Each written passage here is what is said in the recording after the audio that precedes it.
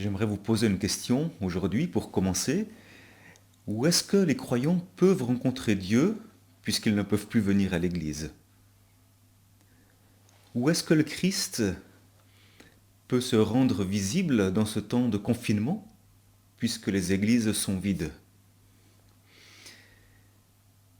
Est-ce que les églises vides seraient une sorte de parabole qui doit nous aider à réfléchir à comment vivre ou comment faire église aujourd'hui? Pour réfléchir de plus près ce matin à ce qu'est l'Église et à la manière de faire communauté, j'aimerais introduire ce message par une lecture qui est faite dans la lettre aux Romains, au chapitre 12, des versets 4 à 13. Chacun de nous a, dans un seul corps, de nombreux organes. Mais ces organes n'ont pas la même fonction. Et bien de même, alors que nous sommes nombreux, nous formons ensemble un seul corps par notre union avec le Christ. Et nous sommes tous, et chacun pour sa part, membres les uns des autres. Et Dieu nous a accordé par grâce des dons différents. Pour l'un, c'est la prophétie, qu'il exerce cette activité conformément à notre foi commune. Pour un autre, c'est le service, qu'il se consacre à ce service, que celui qui a reçu un ministère d'enseignement enseigne, que celui qui a reçu un ministère d'encouragement encourage, que celui qui donne le fasse sans arrière-pensée, que celui qui dirige le fasse avec sérieux, que celui qui secourt les malheureux le fasse avec joie. L'amour ne sait pas mentir. Ayez donc le mal en horreur, attachez-vous de toutes vos forces au bien, et notamment en ce qui concerne l'amour fraternel. Soyez pleins d'affection les uns pour les autres. Et pour l'estime mutuelle, faites passer les uns les autres avant vous. Concernant l'ardeur, n'hésitez pas.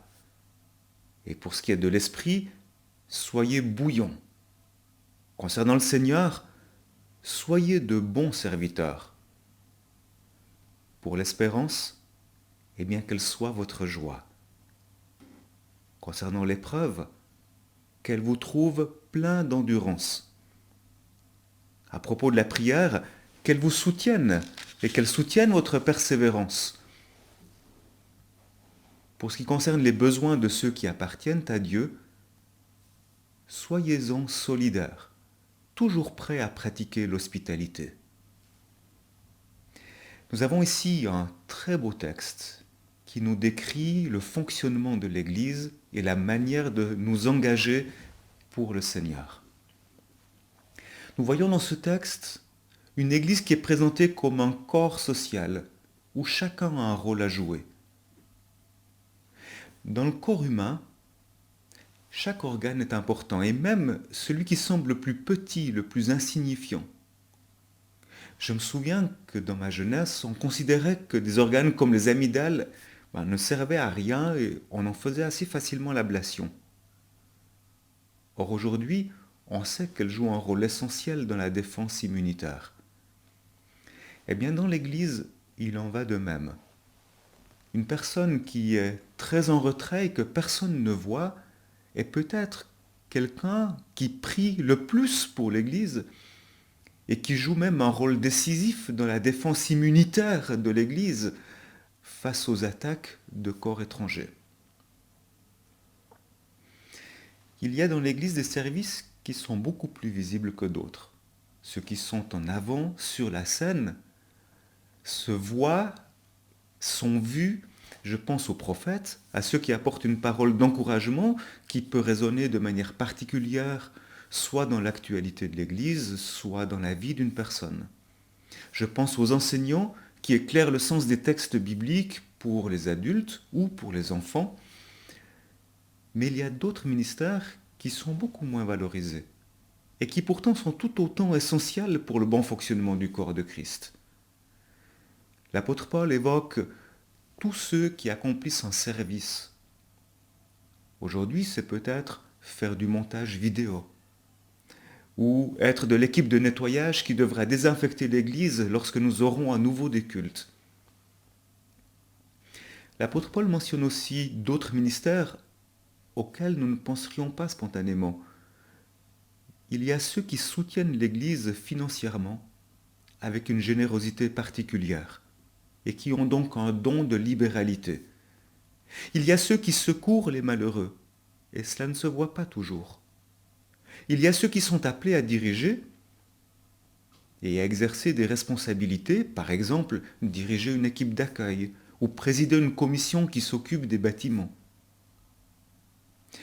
Tous ces ministères sont des ministères en Église, mais il y a aussi le ministère de l'Église à l'extérieur.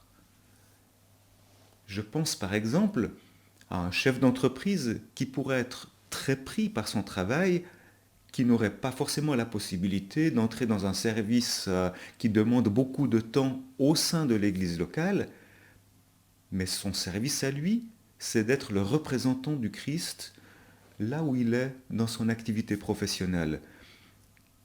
Et s'il est ce représentant du Christ, il peut être considéré comme un missionnaire, même un missionnaire que l'Église envoie dans le champ de mission, qui est celui du travail pour lui.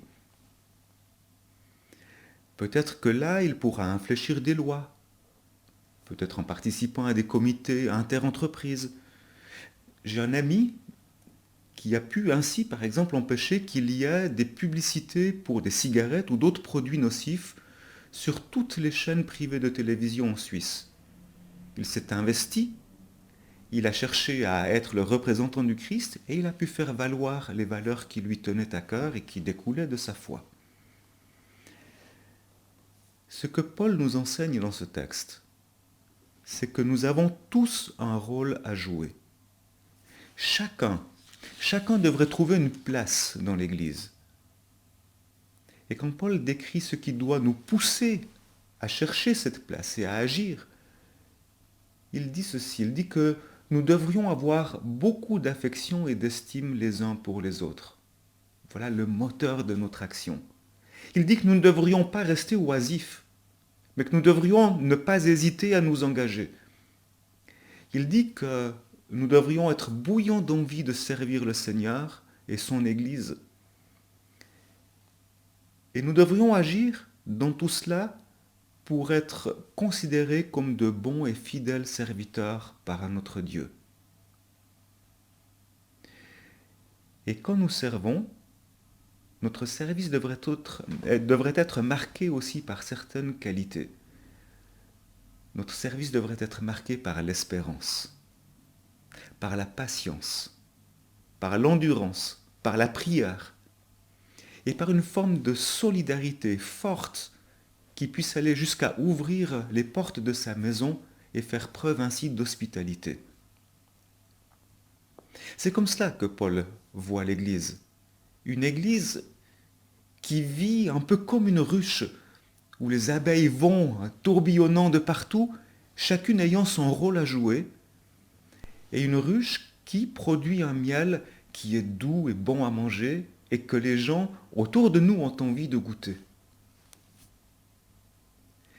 Mais dites-moi, est-ce que l'Église, au sens large du terme, est-ce que l'Église d'aujourd'hui ressemble à cela?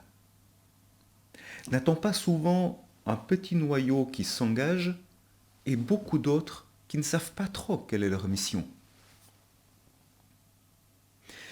Certaines églises peuvent ressembler à des restaurants d'entreprise. J'y viens, je m'assieds, je choisis mon menu et j'attends d'être servi. Et je peux repartir sans avoir dit un mot à personne.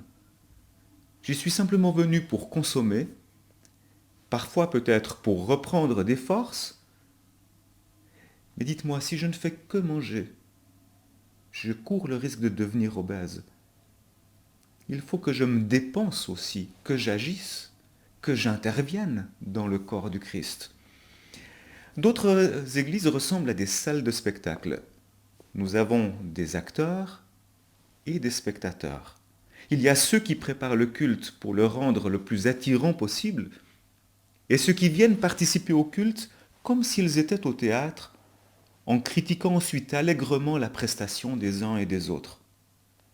Eh bien, dans ce type d'église, on cherche peut-être à vivre des moments forts en mettant l'accent sur l'émotionnel, et certes, l'émotion a une place à jouer dans notre foi. Mais l'église n'est pas un théâtre. D'autres églises encore ressemblent à des universités. On y vient pour apprendre à réfléchir.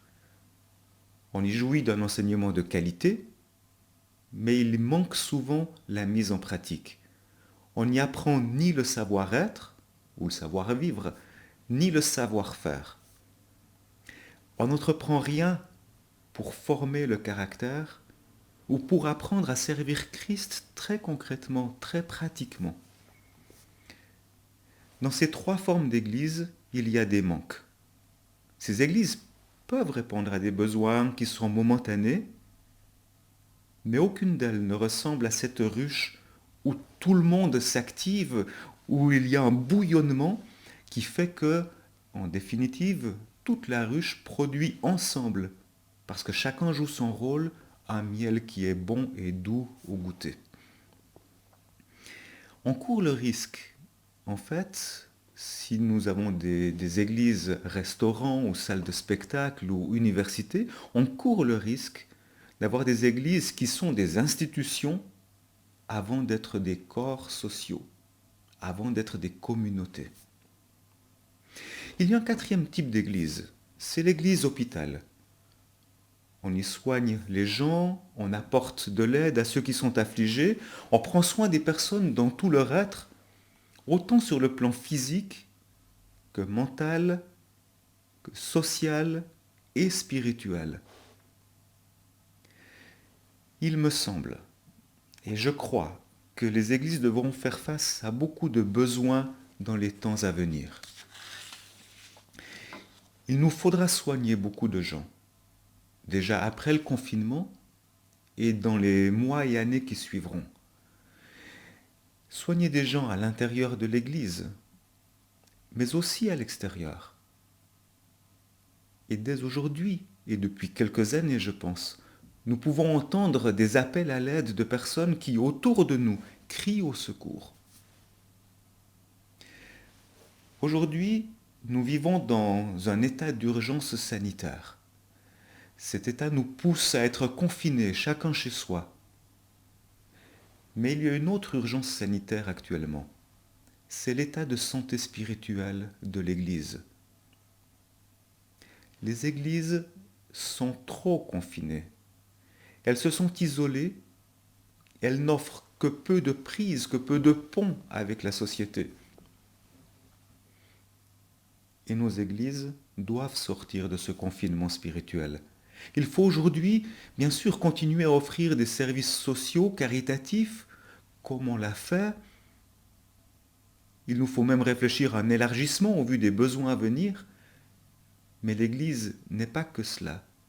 Elle doit aussi apporter de l'espérance et un message de salut à ceux qui nous entourent.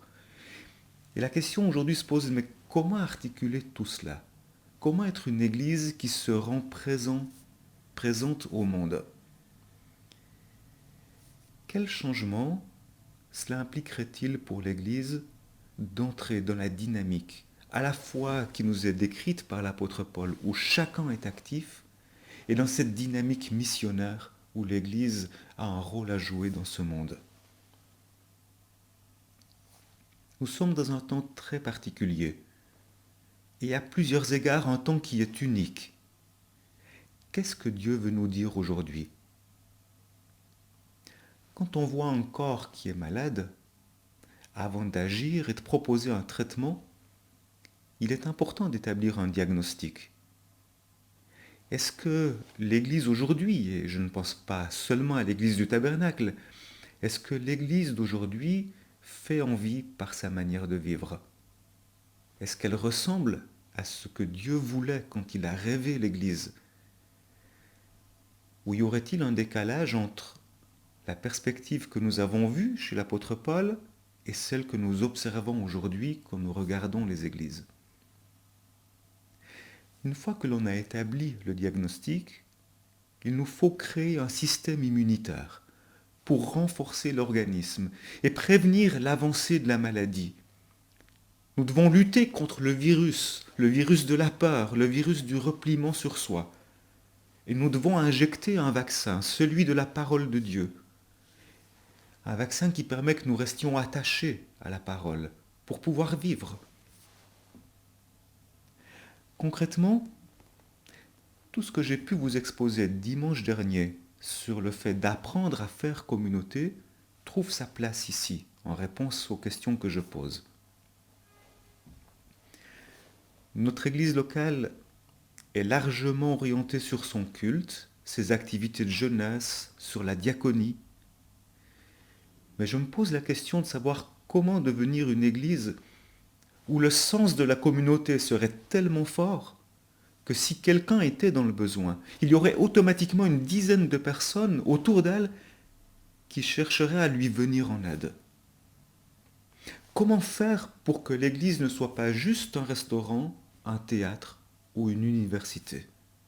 Comment développer une Église hôpital qui puisse répondre aux urgences d'aujourd'hui et venir apporter l'assistance respiratoire nécessaire à tous ceux qui perdent le souffle de l'esprit?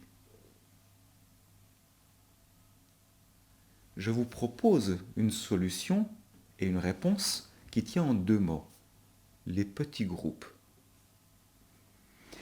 Si chacun était intégré dans un petit groupe, il pourrait développer sa foi, son caractère, un esprit de service. Il pourrait grandir spirituellement et grandir dans le service pour Dieu. Il pourrait être un des organes du corps qui est sain et qui permet au corps de bien fonctionner et de se mettre en mouvement pour apporter Christ dans le monde. Certains se sont peut-être effrayés dimanche dernier à m'entendre dire que les petits groupes pourraient avoir une activité chaque semaine. Mais je me demande, comment voulons-nous permettre à ces petits groupes de jouer leur rôle de formation de la foi et puis dans l'apprentissage du service chrétien? Comment est-ce que nous voulons permettre à ces petits groupes de se développer en amenant des gens à la foi s'ils ne se retrouvent pas au moins une fois par semaine?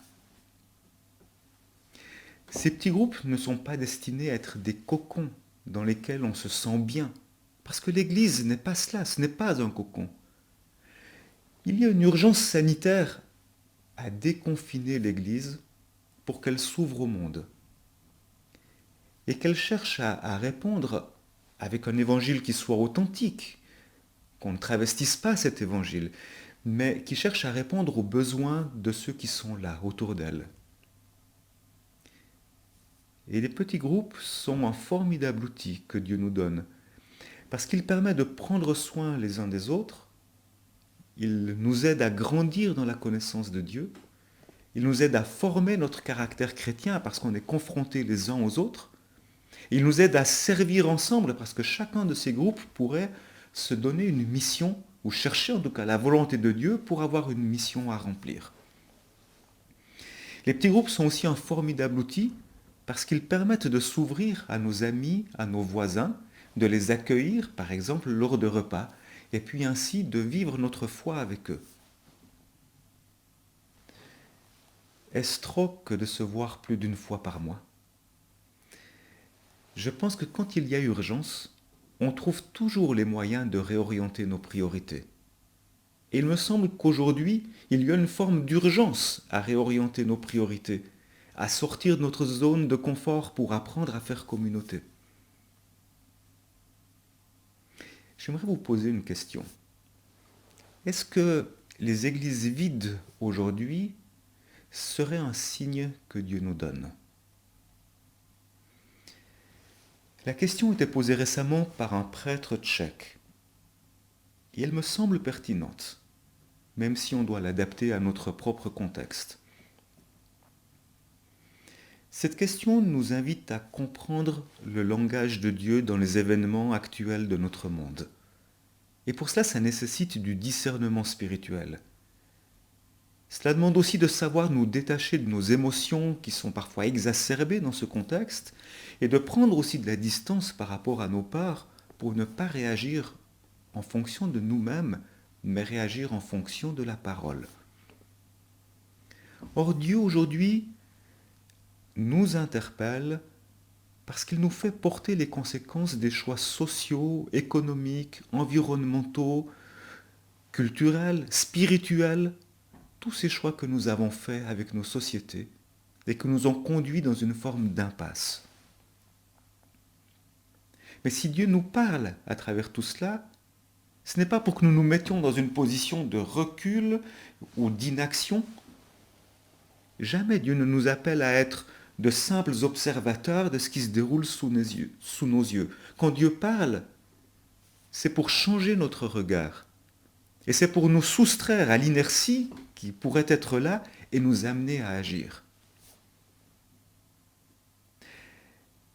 Si nous ne rencontrons plus Dieu aujourd'hui en allant à l'église, et si nos églises sont vides, cela ne veut pas dire que Dieu est absent. Vous vous en doutiez, je sais bien, mais il s'agit aujourd'hui de voir comment Dieu agit. Et il agit à travers tous ceux qui, humblement, discrètement, font preuve de solidarité et d'humanité. Et il agit même au travers de non-chrétiens qui ont parfois des initiatives remarquables. Pourtant, ces églises vides aujourd'hui sont comme un signe de ce qui pourrait se passer dans un avenir proche. De nombreuses paroisses luthéro-protestantes ou catholiques ont connu et connaissent des problèmes de désaffection, mais je constate que depuis une dizaine d'années, le phénomène va aussi grandissant au sein des églises évangéliques. Ce sont d'abord les rencontres en semaine que l'on a délaissées, et puis de plus en plus aujourd'hui le culte, comme s'il était optionnel, comme si la foi communautaire n'avait plus aucune importance. J'y vois l'effet de la sécularisation, et donc de l'influence du monde sur l'Église, mais je pense que l'on peut aussi se poser la question de l'adaptation de l'Église à la culture d'aujourd'hui. Est-ce que l'on a suffisamment réfléchi à la manière de transmettre l'Évangile dans un monde qui a connu tellement de bouleversements profonds au cours de ces dernières années qu'il a de la peine à entendre l'Évangile comme nous avons pu le dire autrefois. Il ne s'agit pas de dire un autre Évangile, mais il s'agit de trouver les mots et les réponses aux questions d'aujourd'hui. Aujourd'hui, si l'Église reste confinée dans ses murs, si elle reste accrochée à ses habitudes et à ses traditions, si elle ne cherche pas à répondre aux besoins de nos contemporains sans travestir l'Évangile, mais en cherchant des réponses qui soient assurées aux questions qui se posent aujourd'hui, si l'Église privilégie la forme au détriment du fond et de la relation communautaire, si elle ne vient pas apporter le salut jusqu'au cœur des familles, elle va se vider.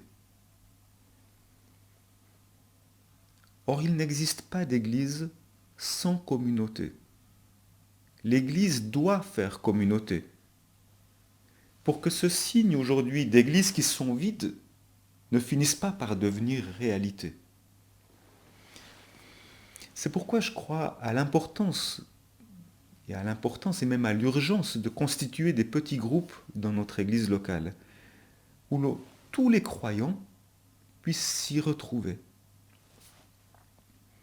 Des petits groupes qui soient ouverts sur les besoins du monde et non pas des groupes où l'on se complaît dans l'entre-soi. Des petits groupes qui sachent rallumer la flamme de la foi et devenir des lieux de transmission de la foi. Des groupes qui attestent de la chaleur des relations, de la joie, de l'amour fraternel, et puis qui donnent envie à d'autres de venir voir et d'expérimenter ce qui leur manque si cruellement. Des groupes où Jésus est au centre et où chaque participant peut apprendre à le connaître, à l'aimer et à le servir. L'Église doit pouvoir vivre hors de ces bâtiments, même si les bâtiments sont indispensables pour que l'on puisse se retrouver ensemble le dimanche. Mais ce n'est que le rassemblement festif, joyeux, hebdomadaire. L'Église n'est pas que cela. L'Église doit se démultiplier. Elle va le faire dans le cadre de ces petits groupes qui permettent de se retrouver à 10 ou 12 dans des maisons et qui permettent à chacun d'y trouver une place et d'y trouver un lieu de service. C'est dans ce cadre-là, et je crois dans ce cadre-là quasiment uniquement, que l'on pourra vivre la réalité du texte des Romains que nous avons lu tout à l'heure. Il nous faut établir des petits groupes qui tous ensemble travaillent en réseau et qui ainsi forment l'Église. Une Église qui sera comme une ruche, avec des abeilles bourdonnant et bouillonnant de partout, avec la fabrication d'un miel que chacun voudra venir goûter tellement il est bon. Aujourd'hui, la solution des cultes à distance n'est pas une réponse suffisante aux besoins de l'Église. Cette réponse est nécessaire, mais elle n'est qu'un substitut. Nous devons, je pense, nous retrouver en petits groupes de disciples, retrouver cela pour chercher la vérité ensemble et pour contempler Dieu. C'est ainsi que nous pourrons nous mettre au service de notre Dieu Tout-Puissant. Je termine en attirant votre attention sur les femmes qui sont allées au tombeau après la crucifixion et qui ont trouvé un tombeau qui était vide. C'est là qu'elles pensaient trouver Jésus. Mais Jésus n'était plus là et un ange leur a dit « Il n'est pas ici. Il est ressuscité. Il vous précède en Galilée. » Christ nous attend en Galilée, là où les gens sont en recherche. Et c'est à nous de prendre le chemin, de sortir de nos 4 murs et d'aller servir Christ auprès de tous ceux qui, dans la Galilée d'aujourd'hui, en France, attendent d'être entraînés sur un chemin de vérité et de salut. Amen.